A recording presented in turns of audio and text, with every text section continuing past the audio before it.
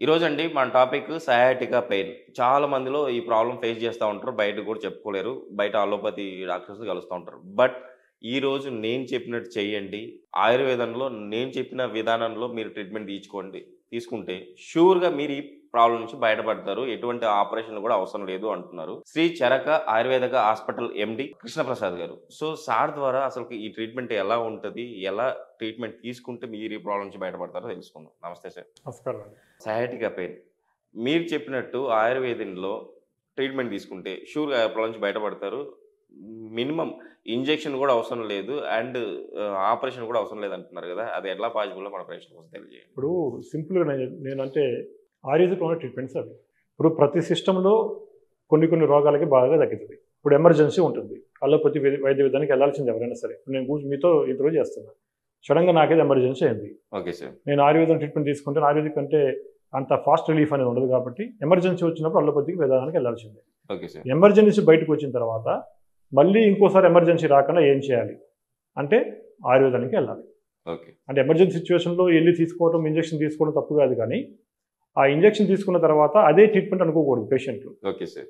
తర్వాత అది రాకుండా నెక్స్ట్ ఏ ట్రీట్మెంట్స్ ఉన్నాయి అందుబాటులో ఉన్నవి తీసుకొని, నెక్స్ట్ ఆయుర్వేదానికి వచ్చి ఈ సయాటికా నొప్పుల ట్రీట్మెంట్ తీసుకుంటే ఒక శాశ్వత పరిష్కారం పొందొచ్చు. ఎందుకు ఈ పాయింట్ నేను అన్నానంటే, ఫర్ ఎగ్జాంపుల్ మీ అమ్మగారికో లేదంటే మీ ఫ్రెండ్స్‌కో ఎవరికన్నా సయాటికా ప్రాబ్లమ్ వచ్చింది. Okay sir. సయాటికా అంటే ఏంటి మీకు సింపుల్‌గా L4, L5, L5S1లో డిస్క్ బయటకు వచ్చి నరం ప్రెస్ అవుతున్నప్పుడు ఆ నరం మీద ఒత్తిడి పడుతుంది కాబట్టి నడుము భాగం నుంచి కింద కాలంతా నొప్పి పారినట్టు, తిమ్మిర్లు వచ్చినట్టు, మొద్దుబారినట్టు, కరెంట్ షాక్ లాగా కొంతమందికి కాలు కూడా వీక్ అయిపోతూ ఉంటుంది.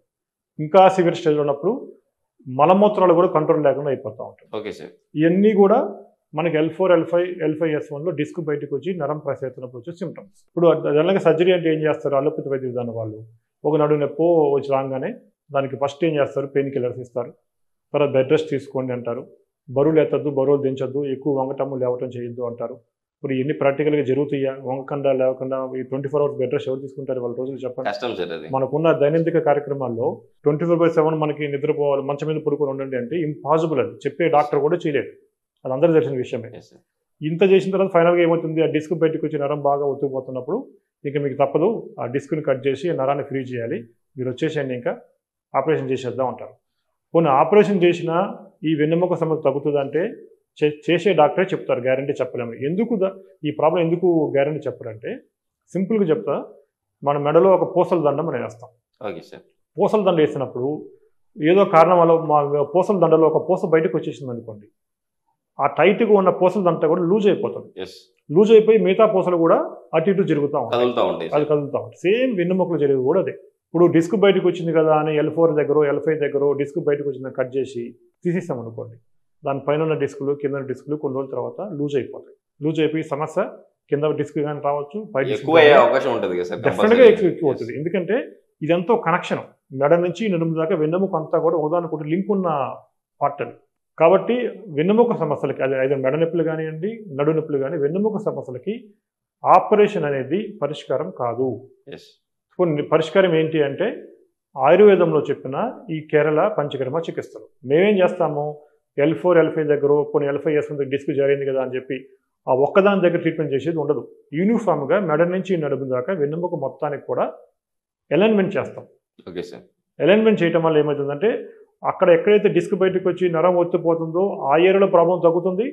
దాని ఎఫెక్ట్ మిగతా డిస్క్ మీద పడకుండా మిగతా డిస్క్లన్నీ కూడా కరెక్ట్‌గా ప్రాపర్ పొజిషన్‌లో ఉంటాయి. Okay sir. దీనివల్ల ఆయుర్వేదంలో మేము చెప్పే పేషెంట్లు కూడా ఏంటి? ఫస్ట్ పేషెంట్ కంప్లైంట్ నొప్పులు, తిమ్మిర్లు, మొద్దుబారటం, కరెంట్ షాకులు ఇవి మెయిన్ కంప్లైంట్స్. దానికి ట్రీట్మెంట్ చేస్తాం. సెకండ్ స్టేజ్‌లో ఇది ఎందుకు వచ్చింది? డిస్క్ జరగటం వల్ల. డిస్క్ ఎందుకు జారింది? ఎముకలు వీక్ అవటం వల్ల. ఎముకలు ఎందుకు వీక్ అయినాయి? సరైన ఫుడ్ హ్యాబిట్స్ లేకపోతే ఇర్రెగ్యులర్ లైఫ్ స్టైల్ వల్ల. వీటన్నిటిని అసెస్ చేసుకొని ఆ రూట్ కాజ్ ఏంటో చూసుకొని ఆ రూట్ కాజ్‌కి నెక్స్ట్ చికిత్సలు చేస్తాం. అంటే శరీరంలో ఉన్న ఈ రోగానికి సంబంధించిన కలుపు మొక్కలను బయటకు తీసేయటం. అది సెకండ్ స్టేజ్‌లో చేస్తాం. Okay sir. మూడో స్టేజ్‌లో మళ్ళీ రిపీట్ అవ్వకుండా ఈ సమస్య ఆ నడుము భాగానికో లేదంటే వెన్ను భాగానికో మొత్తానికి మళ్ళీ బలమిచ్చే చికిత్సలు ఉంటాయి. బలమిచ్చే ఔషధాలు ఉంటాయి. Okay sir. అది ట్రీట్మెంట్స్ అన్ని అయిపోయిన తర్వాత నెక్స్ట్ అది ప్రిస్క్రైబ్ చేసి కొంతకాలం పాటు అవి వాడుకోండి అని చెప్తాం. దానివల్ల వెన్నెముక సమస్యలకి అంటే మెడ భాగాలు, నడుము భాగాలు డిస్కులు బయటకు వచ్చి ఆపరేషన్ చేయాలి. కొన్ని ఆపరేషన్ అయిన 1-2 సార్లు ఆపరేషన్ పేషెంట్ కూడా మా దగ్గర చాలామంది ఉంటారండి. Okay sir. 1 time 2 time surgery అయిన పేషెంట్ కూడా చాలామంది ఉంటారు.